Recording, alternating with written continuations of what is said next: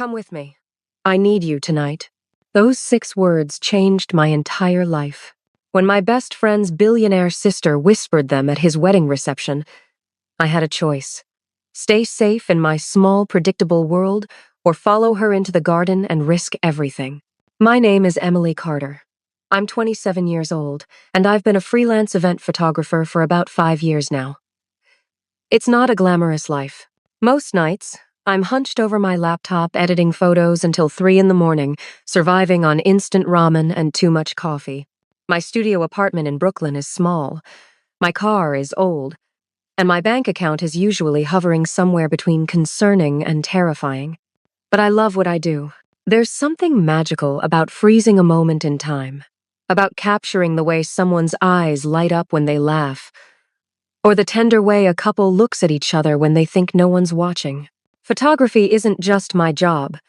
It's how I see the world. Today, though, I wasn't thinking about photography. I was thinking about her. The venue was absolutely breathtaking.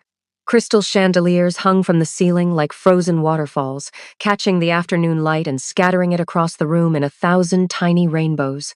White roses were everywhere on tables, in tall vases, woven into garlands that draped along the walls. The whole place smelled like flowers and expensive perfume. I adjusted the camera strap around my neck and took a deep breath, trying to calm my racing heart. I was here to work, I reminded myself. To photograph my best friend's wedding, not to spend the entire day stealing glances at a woman I could never have. James Bennett was getting married today. James had been my best friend since college. We'd stayed up late studying together, gone on random road trips, sung terrible karaoke, and laughed until our stomachs hurt. He'd been there for me through everything. When my mom got sick, when I decided to quit my stable office job to pursue photography full-time, when I couldn't make rent and was too proud to ask for help. James was family. So when he asked me to photograph his wedding, I said yes immediately, even though it meant spending an entire day in the same space as her. Alexandra Bennett. I'd met Alex 3 years ago at James's graduation party. I remembered that night so clearly it sometimes felt like it had happened yesterday. She'd arrived late, wearing a perfectly tailored black suit that probably cost more than I made in 6 months. Her dark hair had been pulled back, and when she'd walked into the room, it was like the air itself had changed. People noticed her. How could they not? Alex owned a global fashion empire called Bennett Couture. I'd Googled her once, okay? Maybe more than once, and found articles in Forbes listing her as one of the most powerful women under 40. She had offices in New York, Paris, Milan, and Tokyo. She flew around the world for fashion shows and business meetings. She lived in a completely different universe than I did. And yet, that night at the graduation party, we'd ended up talking. Just the two of us, out on the balcony, while the party continued inside. We'd talked about art, about photography, about how she'd always wanted to paint but never had the time. Her voice had been lower than I expected, smooth and rich, and it had made something in my chest tighten. I'd thought about that conversation for months afterward, then years, and the feelings I'd tried so hard to ignore had only grown stronger. But what was I supposed to do? Tell her? Confess that I, a broke photographer who ate cereal for dinner and had a car that made weird noises, had feelings for a literal billionaire? It was laughable. It was impossible. So I did what I always did. I kept my feelings locked away and tried to act normal whenever she was around. Today was going to be a test of my self-control. I arrived at the venue early that morning to scout locations and set up my equipment. The estate was in upstate New York, all rolling hills and manicured gardens with a lake that looked like a painting.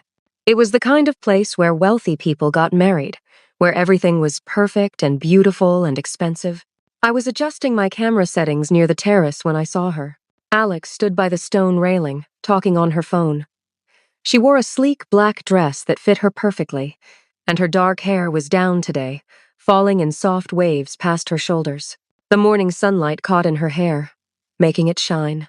My heart did that stupid thing it always did when I saw her. It stuttered, skipped, then started racing like I'd just run a marathon.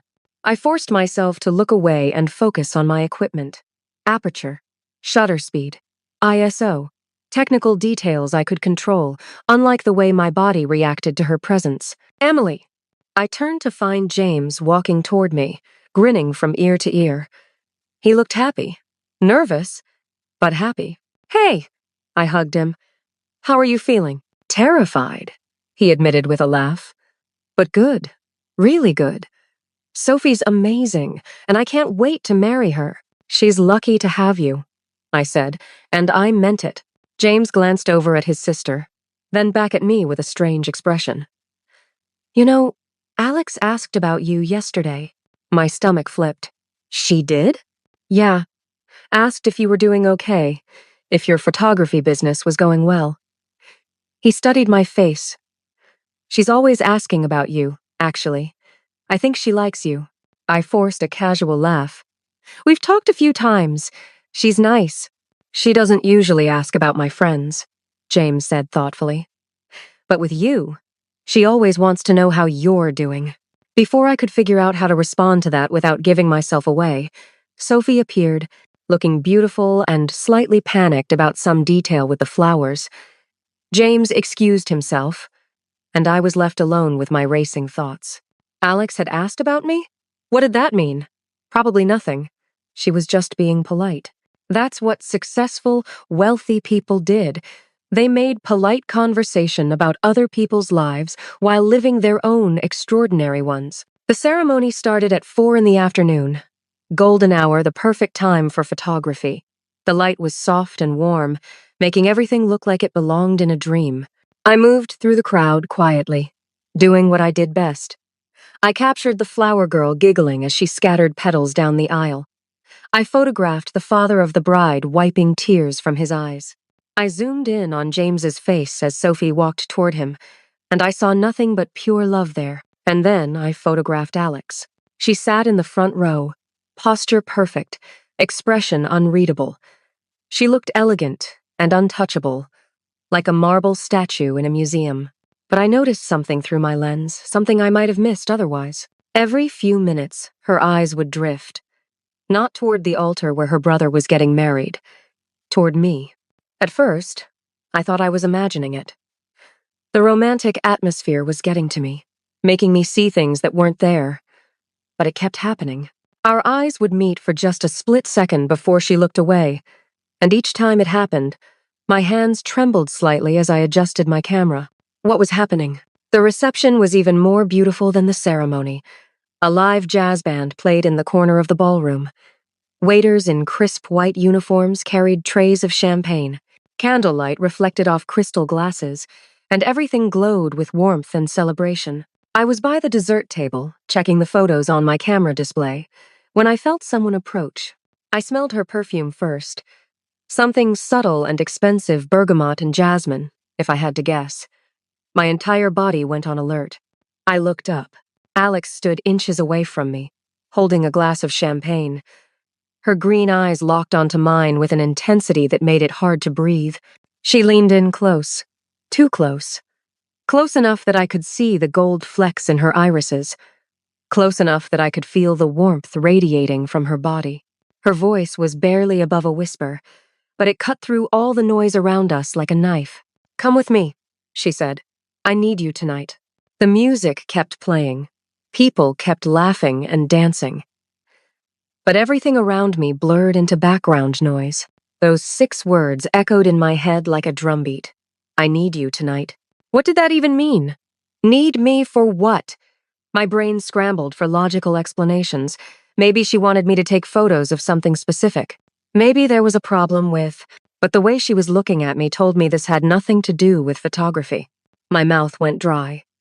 I tried to form words, but nothing came out. Alex didn't wait for an answer. She simply turned and started walking toward the garden exit, her black dress flowing behind her like water. And I stood there like an idiot, camera in hand, heart hammering so hard I could feel it in my throat. Every logical part of my brain screamed at me to stay put. She's your best friend's sister. She's a billionaire. She's so far out of your league, it's not even funny. This is a terrible idea, but my feet were already moving. I followed her through the ballroom, past the jazz band, past the dancing couples, out onto the terrace where the evening air was cool and smelled like roses and fresh-cut grass. Alex didn't look back. She just kept walking, her heels clicking against the stone path, leading me deeper into the garden, away from the lights and the music and the celebration, leading me somewhere I knew I shouldn't go, but I went anyway. Because sometimes, when someone who's been living in your dreams for 3 years asks you to follow them, you don't ask questions. You just follow. The garden behind the venue looked like something out of a fairy tale.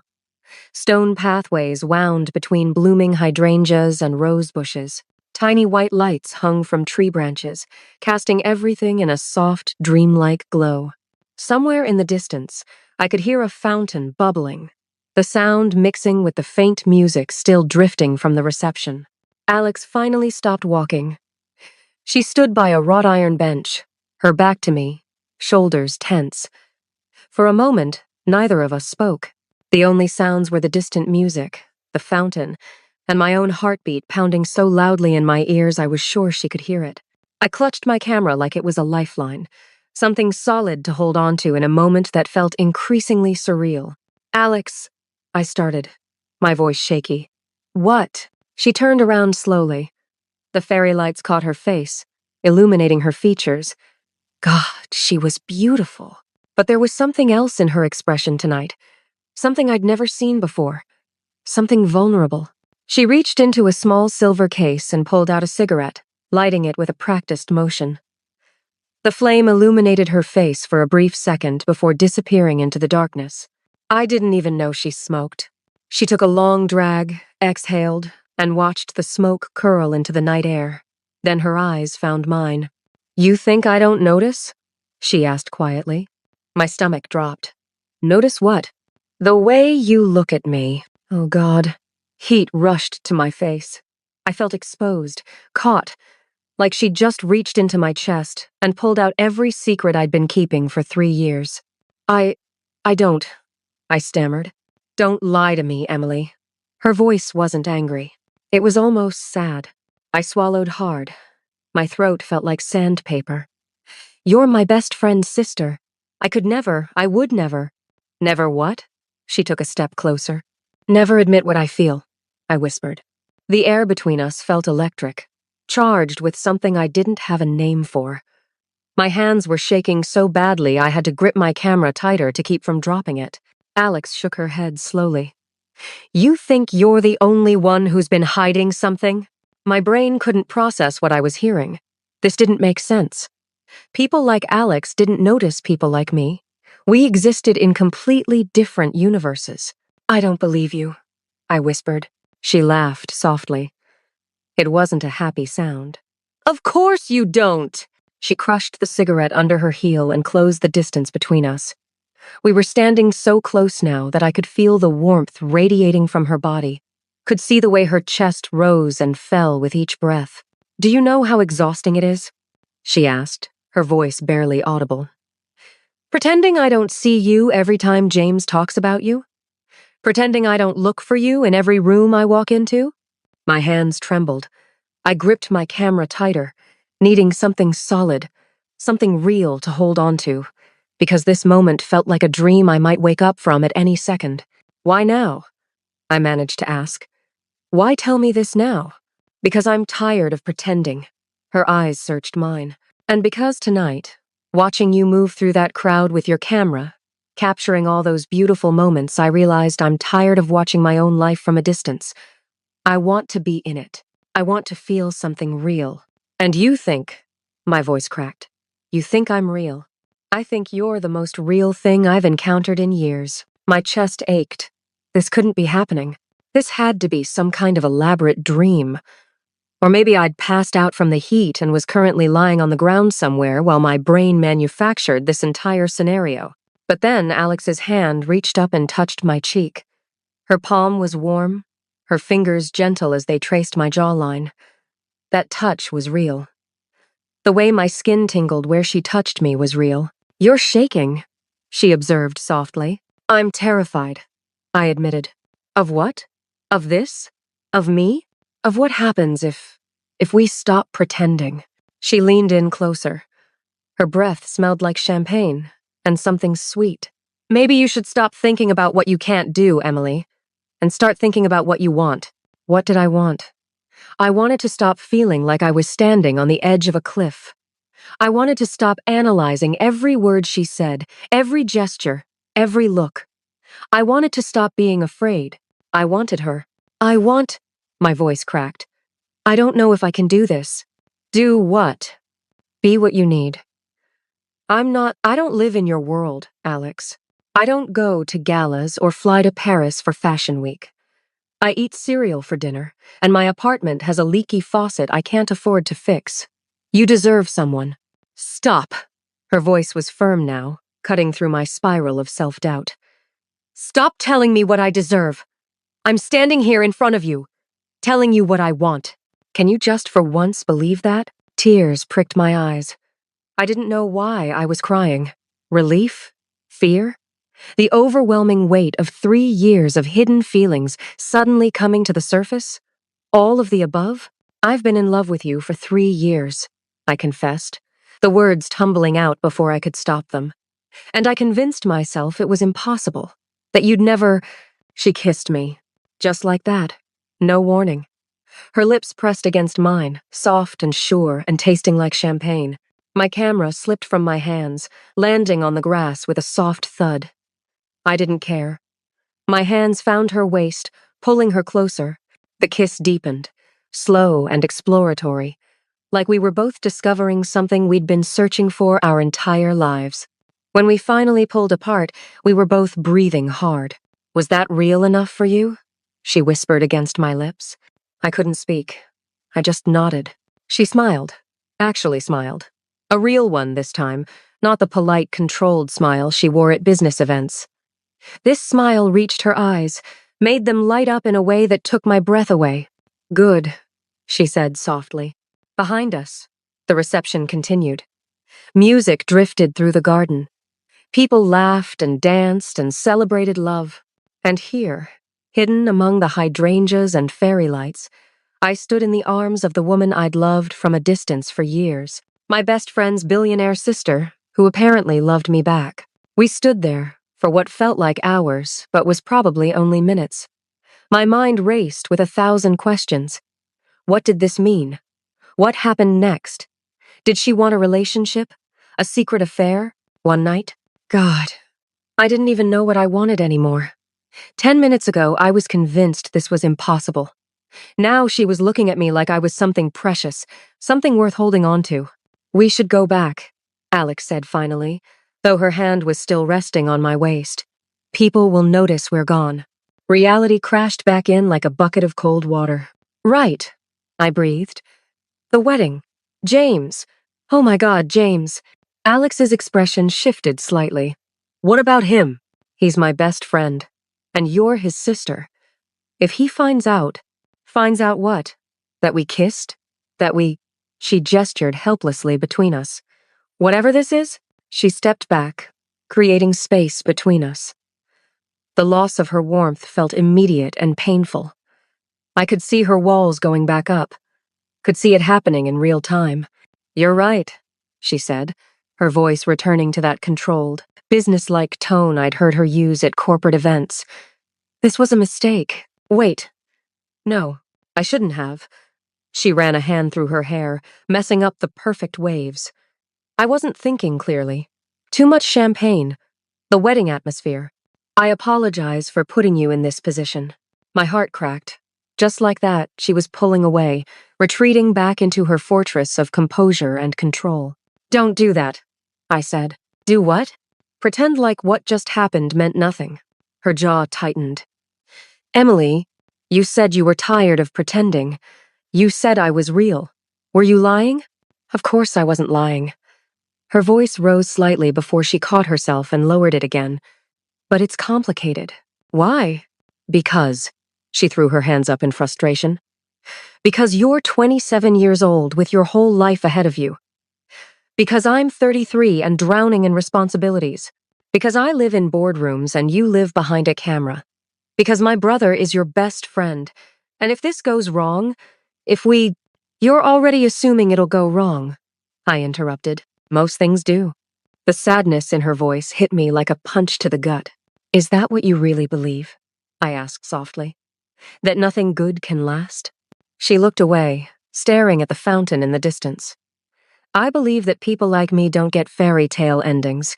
We get mergers and acquisitions and strategic partnerships. We get marriages arranged for business reasons and relationships that look good in photographs. That's the saddest thing I've ever heard. She laughed bitterly. Welcome to my world. I bent down and picked up my camera from the grass, brushing off the dirt. My hands were steadier now. Funny how heartbreak has a way of bringing clarity. You know what I think? I said. I think you're scared. Her eyes snapped back to me. Excuse me? You're scared. And you're using all these excuses, our age difference. Your job, James, to justify running away from something that might actually make you happy. You don't know what you're talking about, don't I? I took a step toward her. You said I was real, that I was the most real thing you'd encountered in years. Was that true or not? She didn't answer. Because if it was true, then yeah, it's going to be complicated. It's going to be scary. James might be upset at first. Your business associates might judge you. But none of that changes how you feel. And none of that changes how I feel. And how do you feel? She asked quietly. Terrified, I admitted. Completely and utterly terrified. Because you could break my heart into a million pieces and I'd probably thank you for the privilege. But I'd rather be terrified with you than safe and miserable without you. Silence stretched between us. The music from the reception changed to a slow song, something romantic and aching. I don't know how to do this, Alex finally said. Her voice cracked slightly. I don't know how to be vulnerable. Open all the things you probably need. Then learn. It's not that simple. Yes, it is. I closed the remaining distance between us. You said you wanted something real. Real is messy. Real is complicated. Real means showing up even when you're scared. She looked at me with those devastating green eyes. What if I hurt you? What if you don't? A long pause. Then, you're very persistent, aren't you? When it comes to things I want. Yeah, I am. The corner of her mouth twitched. Almost a smile. I noticed that about you. That first night we met at James's graduation. You asked me about my work. Really asked not the surface-level questions people usually throw at me. You wanted to understand. Because you were interesting. You are interesting. Most people find me intimidating. You are intimidating, I smiled. But also human. And I like the human parts best. She shook her head. But she was smiling now too. A real one. You're going to be the death of me, Emily Carter. Is that a yes? A yes to what? Exactly? To trying. To seeing where this goes. To not running away the second things get difficult. She studied me for a long moment. I could see the internal battle playing out behind her eyes. Fear versus hope.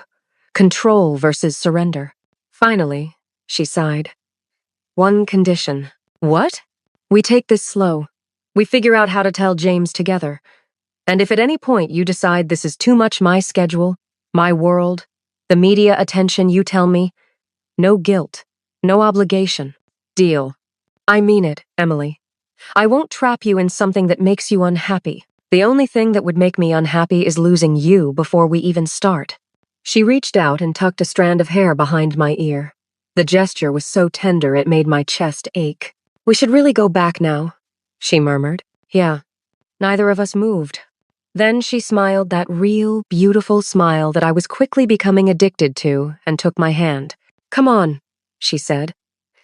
Before someone sends out a search party, we walked back toward the reception together, hand in hand, hidden by the darkness of the garden.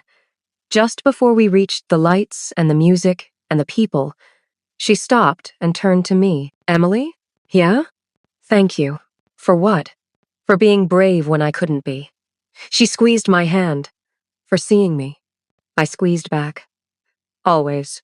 We did eventually make it back to the reception separately, of course. Alex went first, and I waited 5 minutes before following, trying to look like I'd just been out photographing the gardens and not having a life-altering conversation with the host's sister. The rest of the evening passed in a strange blur. I focused on my work, capturing the cake cutting, the first dance, the toasts, but I was hyper-aware of Alex's presence. Every time I turned around, she was there talking to relatives, laughing at someone's joke, looking effortlessly elegant and completely untouchable again. Except now I knew the truth. She wasn't untouchable. She was just very, very good at pretending. And every so often, when she thought no one was looking, her eyes would find mine across the room, just for a second, just long enough for me to see that small, secret smile, just long enough to remind me that what happened in the garden was real. Around 11 o'clock, guests started leaving. James and Sophie departed in a vintage car decorated with tin cans and a just married sign, heading to their hotel before their honeymoon flight in the morning. I stayed behind to pack up my equipment tripod, lighting stands, camera bags. The venue staff was already breaking down tables and collecting centerpieces. I was carrying a box of gear to my car when I heard footsteps behind me. "Let me help with that." Alex appeared beside me, reaching for the box. "You don't have to." "I want to."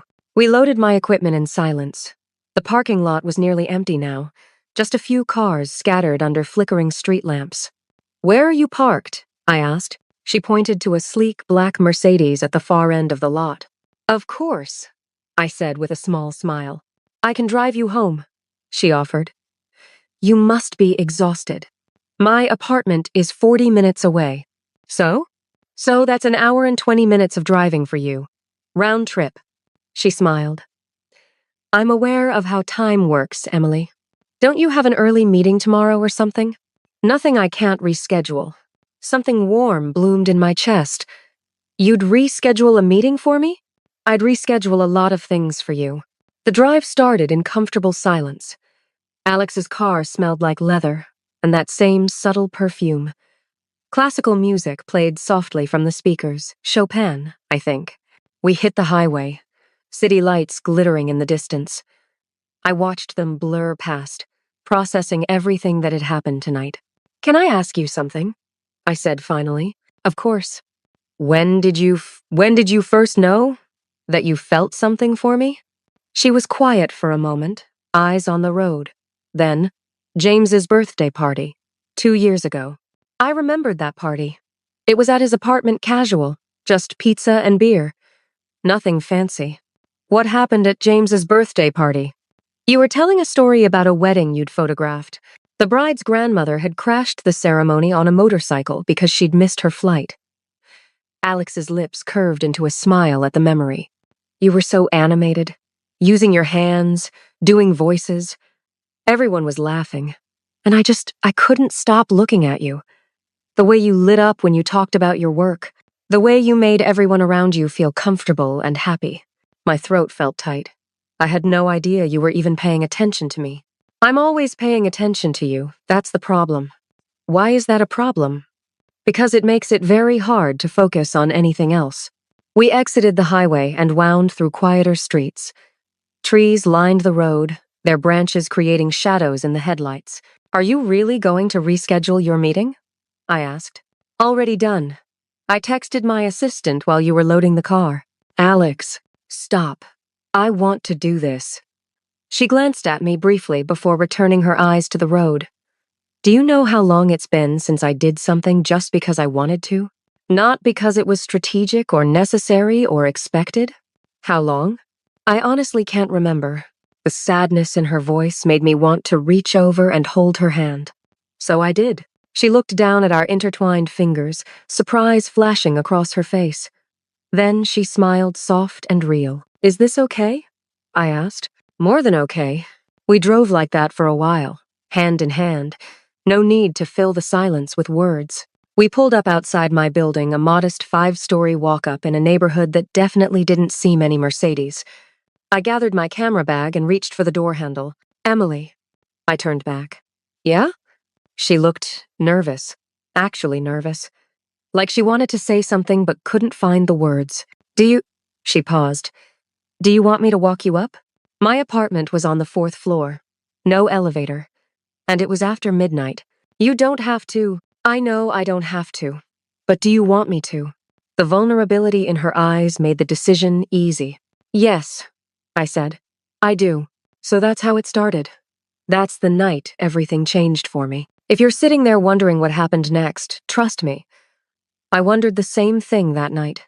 My heart was racing, my mind was spinning, and I had no idea if I'd just made the best decision of my life or the most complicated one. If this story touched something in your heart, do me a favor. Hit that like button and subscribe to Love Beyond Rules. It really helps us share more stories like mine. And here's what I want to know. Have you ever loved someone you thought you could never have?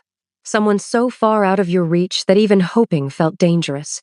Tell me in the comments. I read every single one.